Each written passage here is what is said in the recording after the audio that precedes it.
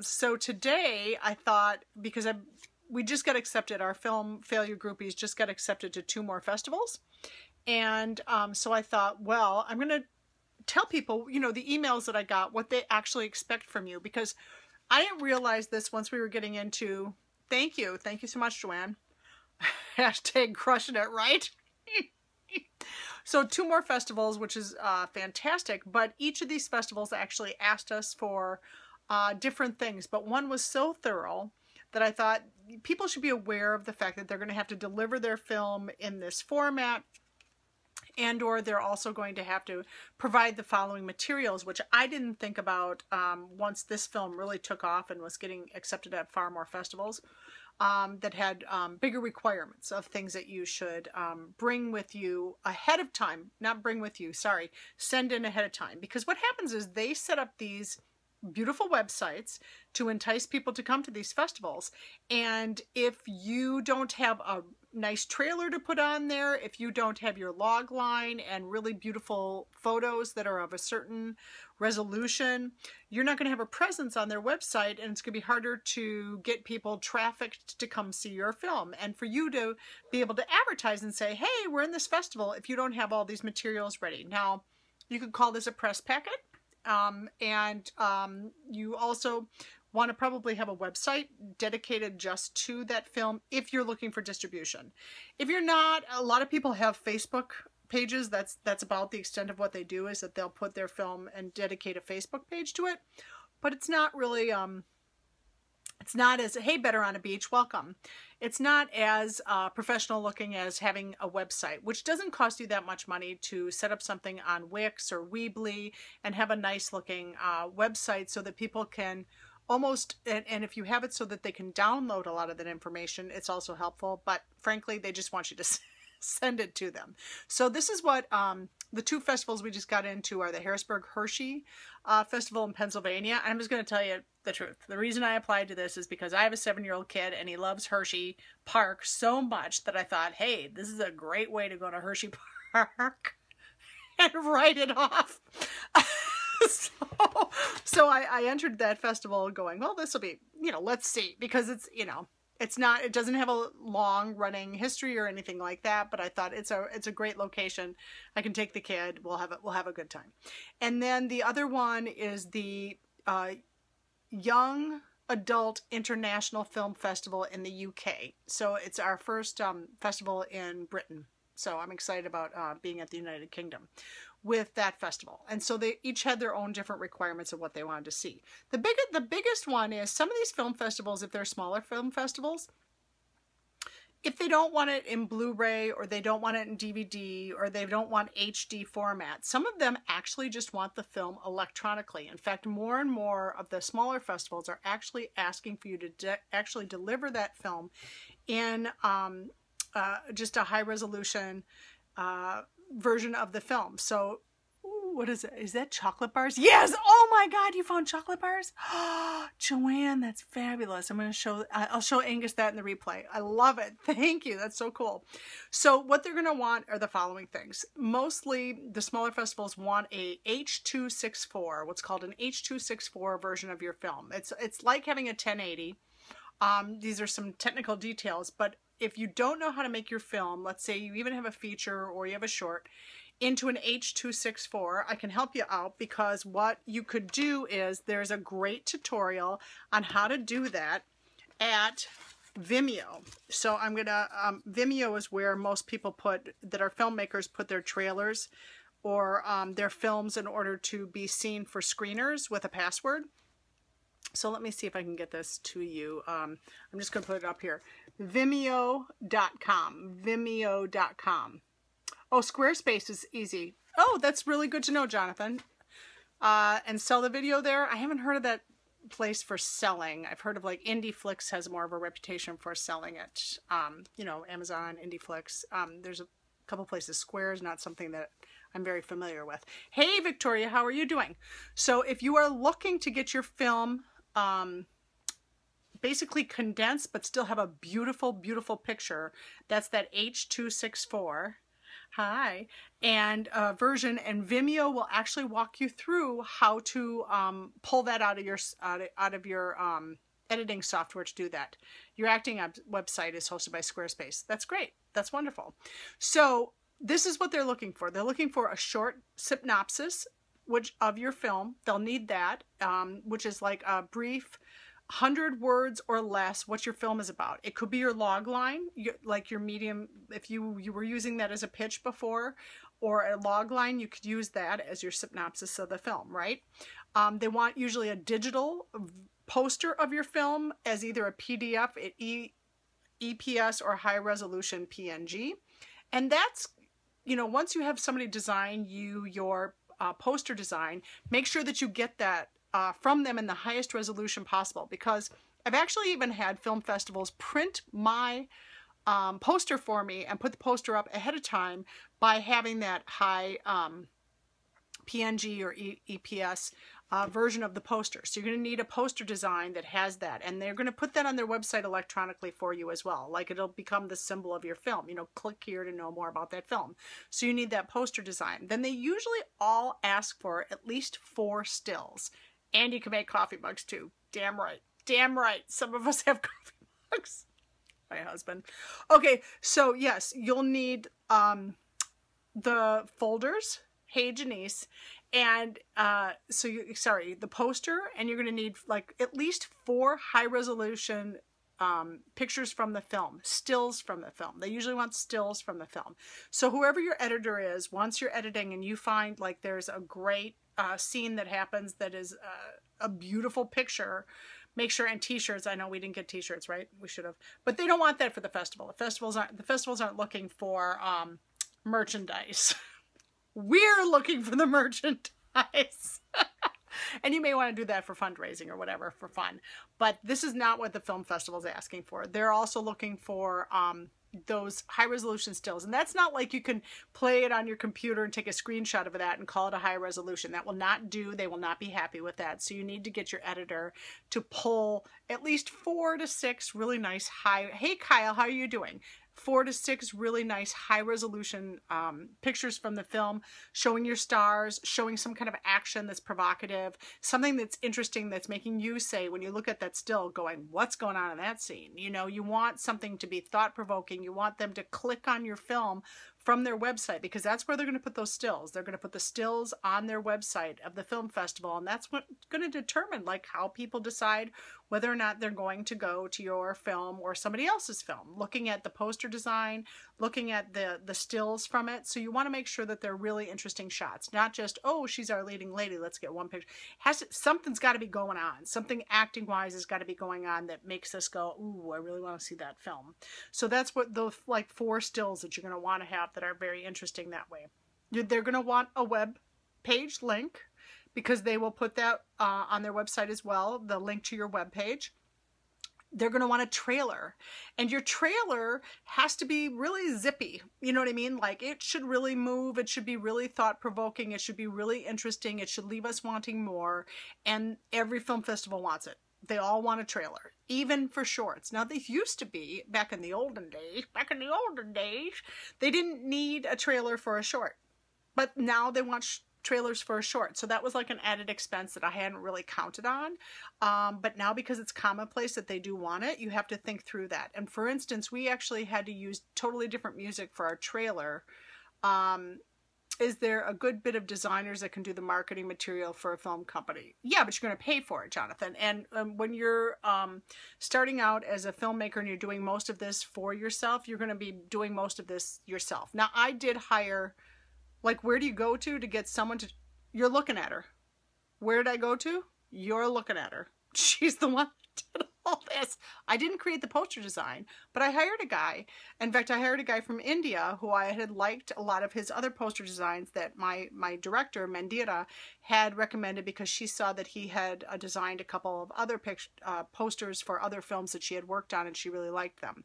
So I talked to him, literally never in person actually talked to him, but did a lot of FaceTime direct messaging to him, and we went back and forth on designs, and he finally got a design for me that I was just really thrilled with. I'm happy to share his name. His name is Ashish Sharma, and he designed it from India. So I got a beautiful poster design for a very reasonable cost, and he did it in the resolutions that I needed it, and so that's how I got my poster. But the press releases, I also bargained to get my press release written. I paid some, but then did a barter trade deal from a person who actually writes press releases for a living. That's what she does. And she wrote me a beautiful press release, which I've been able to modify several times, because you're going to need a press release. They'll probably want a press release. Those things are on, the results of the press release are on our failuregroupies.com. If you go to the press, it'll link to all of this. So this is really bootstrapping. You put all your money into creating the film, so you're going to want to save as much money as possible. All independent filmmakers, oh, thank you for offering Victoria to help with these things if I ever need them. Yep, this is basically what happens, is as a lot of this falls onto the filmmaker, the producer, and the producer, especially when you're starting out in independent film, you're the one making sure it all happens. So it's not just making the film, it's also making sure that your film gets marketed, that it's out there for the film festival. I mean, the film festival asks for all these things, and they usually give you less than a week to get it to them. So as soon as you've been accepted, within a day or two of seeing that you've been accepted in either on Without a Box or Film Freeway or one of these other sites, there's an email that comes from them saying, we need the following things ASAP. Sometimes they'll want it in 48 hours. So yeah, so you need to have this stuff ready. And if you've been so busy, hey, Kaden, welcome. If you've been so busy working on getting the film done and you haven't been thinking about these things, this will blindside you. Hey, how you doing, Kaden? So you want to think, like, as you're going through the editing process, and you might be sitting next to your editor and you go, oh my God, that's a beautiful shot. This is a beautiful shot. All of these things are good to have regardless of acceptance. Absolutely. Absolutely. Because you're likely to get accepted somewhere unless it's really just beneath production values are so low, or your story is just not great. You're likely to get it accepted even in a small festival somewhere. This is my hope for you. So these things, like, you need to be thinking about it as you go through post-production. As you go through post-production, make sure you're thinking of accumulating these things, starting to write about these things in terms of the press release, all the different important points that you're going to want to make about what your process was like, so that you'll have that for the press release. Okay, so they're going to want all of your social media links. This is the list I got today from Harrisburg Hershey. They want social media links for your film. They want Facebook, they want Twitter, they want Instagram, they want YouTube, anything that you have. That way they will post on their website, which helps advertise your film. Then, like, they gave me a deadline of, what is today, the 21st? I have to have all that stuff to them by the 27th. So that's a short synopsis, digital poster of the film, YouTube trailer of the link, website link, IMDb link for your film, social media for your film, Facebook, Twitter, Instagram, and YouTube. Okay, they wanted that by the 27th. Then what they needed, again, was for the screening copy of the film, they want to have a QuickTime movie at 1080p, 23.97, that's how many frames per minute, and the video codec to be at H.264. Now, I'm lucky with my film because it is already like that at Vimeo on a private screening link with a password. So I can actually send that to them. Also, another website that I love for sending the movie, because once you have it in H.264, is WeTransfer. You may have heard of WeTransfer, and I'm .com, and I literally mean WeTransfer.com. That I can send electronically. I can send my film because it's under 2 gigabytes, if you can believe this, by the time it's an H.264. But yet, the picture is still beautiful. And if I send it to them on the H.264, I can do it by WeTransfer if I've just got too much stuff to send them with all the stills and everything. So sometimes I make sure I send an email saying, look for an email from WeTransfer from us. It has the following items in it. I missed an F in WeTransfer? I probably missed an F in a lot of things. Okay, all right. Then the high resolution stills was the other thing that they wanted, okay? So they want the stills from the film, they wanted behind the scenes stills, which I do have, because when you're making your short film, one of the things, oh, that's really good to know, Victoria. I didn't know you're a copywriter. Yeah, you got it. So one of the, if they want behind the scene stills, that's all on my website. It's all downloadable from my website. So it has all the, the actors and the, the cinematographer and the director talking to the crew and all that kind of stuff. This is why you want to have a still photographer with you whenever you're shooting your film, so that you get really great shots of what's happening behind the scenes, because some film festivals are going to want them. Not all of them, but some festivals are going to want them, and you're going to want them. You're going to want them for your own advertisement. You're going to want to Twitter that stuff. You're going to want to use it for showing people what's going on right now. I mean, now we can Periscope too, but you're going to want the still shots, because the still shots, that's something that's going to last forever for both your cast, your crew. Everybody can use it to tweet it. Everybody can use it on their Facebook page. It's very sexy. It's very exciting to see all these different pictures of what's happening. It builds excitement for the film as you're going along. You can be using those still shots as you go along, and then you're going to need them when they ask for this. This is kind of a high maintenance film festival that they're asking for all this stuff, right? They also wanted cast and crew photos from this place. This is ridiculous. The exclusivity of the film itself. You mean that I can't have the film out there, Victoria? Victoria's saying I should talk about the exclusivity of the film itself. Yeah, because when I send it, but the film festival knows it can't be shown anywhere, because if it is shown on a website or something like that, then it disqualifies me from film festivals. So you're not allowed to have it out there ahead of time. How do you know where it can be posted when it's on the circuit? What do you mean where it can be? It can't be posted when it's on the circuit. Your film, like my trailer's out there, but you can't go see my film right now. It's impossible, because it's still in film festival circuit. And if a film festival knows that you have it out there and you're on IndieFlix or on Square, whatever you guys were calling that, Squarespace or whatever, the trailer you can have wherever you want. Your trailer should be out there. And I have it on both YouTube and I have it on Vimeo, because I want my trailers to be seen as much as possible. It's advertising, right? But you can't have that film out there, or it will be excluded from film festivals. They just, if somebody can go and pay $1.99 or even 99 cents to see your film, or $2.97 or $4.99 or whatever it is to see it, why would they get out of their house and go to that film festival? So that's the reasoning for it. Oh, we just got in 2 more film festivals. We just got into the Harrisburg, Hershey, Pennsylvania, because my kid wanted to go to Hershey World. So that's why the other one at night had a film on IndieFlix. Well, did Katra know that? I ask you. I mean, you're not supposed to. Those are the rules of most film festivals. But it's not supposed to be out there. Yeah, I don't think so. And some people will, do it. It's just like, do you want to take a chance if your film could get into Tribeca, or if it could get into Sundance or whatever, and you've got it up so that people can see? It's not going to happen. That is not going to happen. They are looking for exclusivity. So that's what draws people to that film festival, to see it. So you really should not have it out there anywhere. It hurts you. It hurts you, and your chances of getting distribution as well. Who's going to distribute you if it's already out there, right? So that's kind of, boy, I sound like a real negative nanny here about it, but you can't do it. Do I know somebody involved with the festival? No, I don't. I just submitted to both of the, and to the one that's in the UK. We have another festival in the UK in September. Oh no, that one's October 26th, and this one is September 11th through the 13th in Harrisburg. I didn't know anybody. I just submitted the film blindly. I just went, ooh, those sound interesting. I wonder, and particularly Harris. Oh, that's refreshing. You hear stories from Jaded Filmmakers. Yeah, a lot of okay. I'm not going to lie. Now that our film has been in, I think we're up to 26 or 28 film festivals right now. Those festivals, some of them may give me priority in the future because my film has already been in their film festival, right? Because of course they're going to be try to be supportive to their filmmakers. Thank you, Janice. They're going to try to be supportive if they can.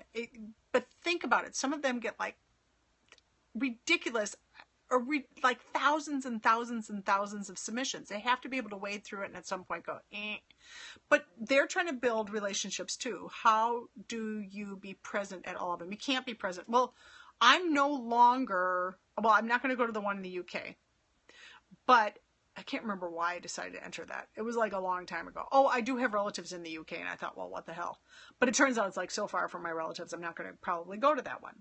But I'm right now, because I feel like we're at the end of the circuit with this thing, I'm only putting it in festivals at present that I can drive to and enjoy and talk to people and meet more filmmakers and do networking with. Because if I can't get to the festivals, I don't see the point. And we've been in LA. We've done Santa Monica. We've done LA proper, downtown LA. Do film festivals watch every film submitted, or do they grant submission based? No, they have to. They watch the film. Trust me, they watch the film.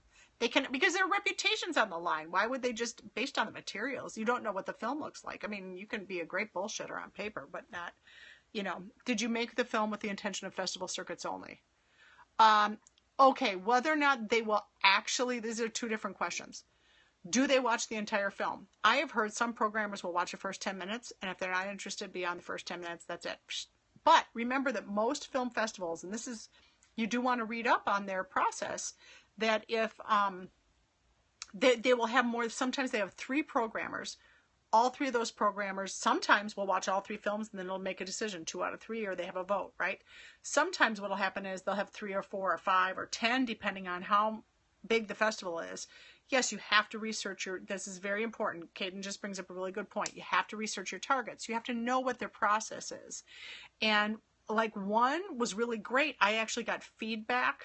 Yeah, just like reading scripts, they only read the first few pages. But if there's more than one programmer, sometimes what'll happen is those programmers are only going to watch this category. Like they're only going to watch comedies. Maybe they're known for comedies. They only watch the comedies. And then some only watch the dramas. And then they decide. And then at the end, they'll get together with a group and really make a decision. Like at Trenton, they said that they had programmers watch individually. And then they broke it down into, they narrowed it down into a certain group, and then they all sat there and saw them and literally went thumbs up, thumbs down, thumbs up, thumbs down. Everyone has, how many festivals did I attend before getting an option? I'd say 20 by that time. I think we're at 20. But here's the thing. And I attended that festival too. You know what I mean? I made sure that there was already interest ahead of time. I'd been talked to ahead of time, and I went and I made sure I went to LA. But keep in mind, it cost me $1,000 to go to LA. So I could stick $1,000 into a new film, or I could go to LA and try to make networking connections. It was honestly, when I made this film, I had no intention of selling it. My intention behind this film was to make a really good film. A tax return. Believe me, it didn't help me that much. I intended to make a really good film. I wanted to know production value-wise, because some film festivals had loved my work in the past. Yeah, write-off. Everything I do is a write-off right now. It's sad. That either... that I wanted to prove to myself, because film festivals had said that they loved our work, that they loved the writing, they loved the acting, but that the production values were not good enough. And right now, there's just no excuse for crappy film production values. There's just not. It's a matter of skill and equipment and the people that can run those things. So I was like determined that with this film, how many film festivals I've been to before? Oh, I've lost count. I know I've been to at least 30 to 35 to 40 film festivals between, I would say, because this one has been to 28. The only ones I didn't go to were the ones that were, I didn't go to Santa Monica, but my director went to San Francisco, the San Francisco International, but I didn't go to the Santa Monica, like I said, and I couldn't get to, and I really wanted to get to Tallgrass. Tallgrass is like really a gritty, cool festival, and I wanted to get to the RXSM affiliate in Texas, and I couldn't get to that one. It's just, at some point, you got to decide how much money am I willing to put out traveling, but the LA one was important to me, so I went to the LA one. So now, but I'm at this point with the film, which literally all I wanted to do was prove that I could make a film that looked like it belonged in a theater, and that it was just beautiful, like both from a story point as well as from a production value, that it looked like it belonged. This one was always intended for festivals, yes. I mean, festivals is also the way of getting distribution, right? but it wasn't in my head, oh, I'm going to get distribution on this film. And I could stick it at IndieFlix or I could stick it at Amazon right now, but I actually can't right now because I've been asked to write the feature version of it. So I won't put it out there because I just don't want to ruin the presence of it. I mean, that's up to them and the producers and what they decide they want to do with it once the feature is written. And because I don't want, we'll be trying to sell the feature rather than trying to sell the short. But I didn't have that intention from the very beginning with this. I didn't see it going there. I just literally wanted to produce a really good film for my own educational purposes, to know that I could do it, to go, okay, what do I need to learn? Because I didn't go to film school. So for me, it was all about, can I do this? Am I capable of it? And now I know I am. So now I feel like now I can do a feature, because I made those steps. But it took me 4 films to say, I'm now ready to do a feature. This is so encouraging for you, Kaden. Oh, I'm really, really, really happy to hear that. I really am. I think that if you're thinking like you're hoping to do this too, oh, thank you so much. Well, Victoria, your ass is going to have to help me with a couple of these anyway. So, hey, Tom, how are you doing? Welcome, welcome. So my point is, as you're going through your post-production, make sure you're gathering all of these things, getting these things ready. Because for us, our first film festival, we actually were accepted from a rough cut. And we weren't ready at all. I submitted it. I don't know what the hell I was thinking. I just submitted the rough cut thinking, oh, this will be nice to be in a festival. Oh, I'm so glad you're happy learning something here. And Victoria, I'm taking you up on it. So I submitted it as a rough cut, but none of this other stuff was ready. I didn't have stills. I had to go back in because we were still doing color correction. And that's when I went and got the stills, was during the color correction process.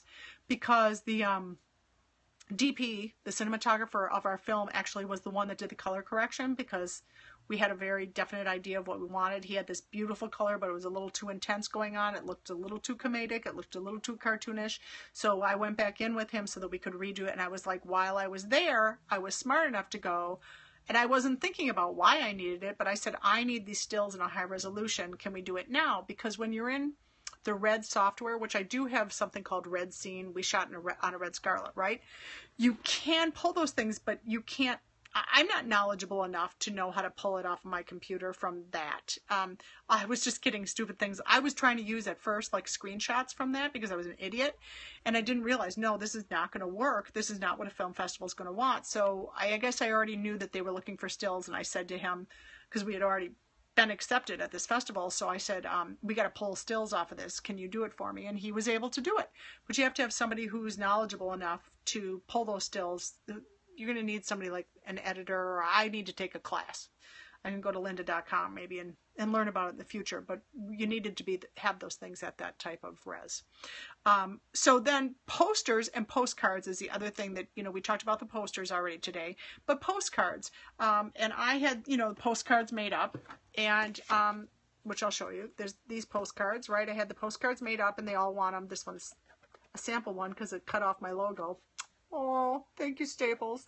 And then on the back right now I have like a bunch of the different festivals we've been in. So I've done the postcards twice, because initially I didn't know we were accepted to all these festivals, obviously. So I had postcards, but I do have like on there I have how you can get a hold of us, right? And my email, where you can see more about our production company, all these different things, right? So I had the postcards made twice, and they need them at the film festivals. If it's at a movie theater, they'll put these out ahead of time. So I usually send it with my screener, like if I'm sending my Blu-ray, that is Angus's silhouette. Are you ready? Do you know how, okay, so Boy with Stick, on my very first film, 100 Towels, Angus played an extra. Yeah, it's Boy with Stick Productions. He was he had a small, tiny role in it, and I gave him the name of Boy with Stick. And the picture, you see the picture of him on the beach, because he was a boy that was running around on the beach with a stick. I sent that picture. I actually sent an electronic version of that picture to my friend Jeremy Stoll, who's in Phantom on Broadway, and he made our logo, which I think you guys have seen the logo, right? This logo from that picture. So we called it Boy with Stick Productions. So that's where the name came from. And, you know, this is another thing that I take to the festival. These are our cards, right? And this is my husband, because he was a producer on the film too. And he comes to these mixers with me a lot, and he's a smart ass. And I have his email because he really doesn't do anything other than, well, he did on the shoot. He actually was, he drove everybody, he picked up my crew every day, and he did all the catering stuff. So he worked his ass off on it to get his producer credit. But he has to have, you know, cards too, and I make his email actually directly forward to me because I'm the one that really answers the emails. So that's how that works. So you do need, you know, business cards, postcards. You have to think these things through, because you end up at these mixers at these film festivals, and people are like, you'll have a conversation, it'll be going well, and you're like, I'm kind of interested in this person, maybe I'd use them for this, that, or the other. You want to have a card to hand to somebody. So as you're going through post-production, gather up these materials. Vistaprints.com has a big sale right now, 50% off. And you could have cards made that have even some of the stills from your you know, the film on there. Or this is more common, is to have the postcards, because they sit out on a table and people go by and pick up the postcards. But it's nice to have this card as well, because people will want it. Though I recommend it being white and flat on the back so that you can write on it somehow, because I like to write on the back how I remember the person, like what I'm interested in them from. And then I keep a little baggie from each festival, and I write on it with a marker, and I know what I remember those people from before I stick them into my my contact list, right? Because film festivals are all about who you meet and how, you know, you remember people. And I hired my director for my last film from meeting her at the Garden State Film Festival. We both had films in that, yeah, it's part of your show Bible, exactly. Or I have Evernote as a way that I keep notes, and I have what's called my film production Bible. And then I have another one for the acting, you know what I mean? But I keep everything in notes that way so that I can keep organized on how I'm making all that work. Let's see. So then on top of it, they wanted a press kit. Now, a press kit is literally just your pictures, your, if you've written a press release, which you should, write a press release. And if you want an example of what a press release eventually looks like, just go to failuregroupies.com and go to the press section, and it'll click on newspaper articles that were written as a result of the press releases that we sent out. And then they're going to either want, like I said, they're going to want all the pictures and everything. This last, okay, the British Film Festival is looking for something different. They just wanted, here, what did she say she wanted? I was going to tell you what okay, so that was extensive, right? But today, that was from Hershey. And then today I got an email from, from the Young Adult Film Festival. And it said, send us a copy of your film if you have one. They want it digitally. That's how they want it. And they are going to send us the schedule and laurels. You know what the laurels are, right? That's what's on the back of my postcard. When you get in a film festival, they send you the laurels that say, oh yes, you've been accepted. You are an official selection of whatever. These are called laurels. They will send those laurels to you, and you can use them for advertisement. You can end up putting them on your posters. You can put them on your postcards, and it's nice. What else? Oh, and then she wanted to know if I'd like to be interviewed on their sister site. So, of course, why wouldn't I want to be interviewed? And, you know, that's what laurels are. Laurels are these things saying official, officially accepted, or official screener at blah, blah, blah, blah, blah. Those are called laurels. Okay. And you might even want to put them on posters if you're having a longer run. And they'll be on the posters. You'll see that on film posters. It was official selection of Toronto, official selection of Sundance, whatever. It's like we would like to have our poster redone and put all of our laurels on it just because it's going to look cool. Why wouldn't you want to do it? And then they want to know whether or not, now this is interesting. They always want to know, is it a world premiere? Is it I'll just say it's a European premiere because they're asking here. Lastly, can you tell us whether or not this is a world premiere, as this will be added to the schedule on the website? every film festival wants to have a world premiere of a film at it. It's very exciting for them to say, this is the first time this film has ever been seen.